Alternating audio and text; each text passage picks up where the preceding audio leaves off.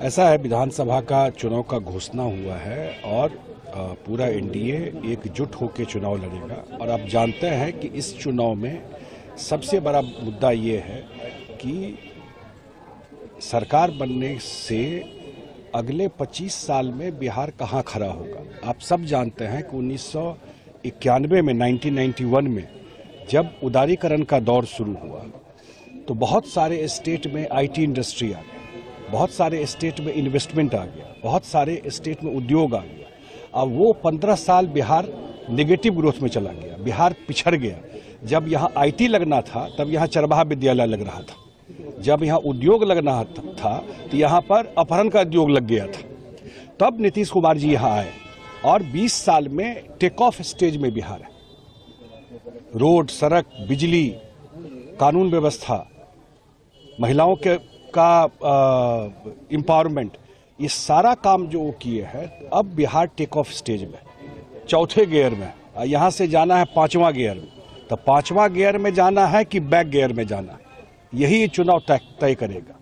ये जो 15 साल हम लोग चूके, जब देश में उदारीकरण के दौर में उद्योग लग रहा था, ये मौका हम लोगों को नहीं चूकना है। नीतीश कुमार जी के नेतृत्व में सरकार बना करके, खास करके अगले 5 साल में मुख्यमंत्री जी का जो फोकस है उद्योग लाने का, इन्वेस्टमेंट लाने का, महिलाओं को उनको सम्मानजनक ढंग से रोजगार से जोड़ रहे, इसीलिए पैसा देना शुरू किया है। और 1 करोड़ युवाओं को अगले 5 साल में रोजगार, नौकरी, वो तो तभी ना होगा जब यहाँ उद्योग लगे। उसी स्टेज में बिहार है। अब बिहार के लोग समझदार हैं, उनको पता है कि डबल इंजन के सरकार से अगले 5 साल में बिहार भी टॉप 10 स्टेट जो देश का है वहां जाकर के खड़ा हो। एक सवाल दिया है तेजस्वी यादव ने, उन्होंने कहा है कि जेडीयू की जो है वजूद पे कहा है कि जेडीयू चुनाव के बाद नहीं बचेगी। मुख्यमंत्री नीतीश कुमार अपने सेंसस को खो चुके हैं। अपने पार्टी की चिंता करें। नीतीश कुमार जी को के वजूद बिहार की जनता डिसाइड करेगी। वो जनता के आशीर्वाद से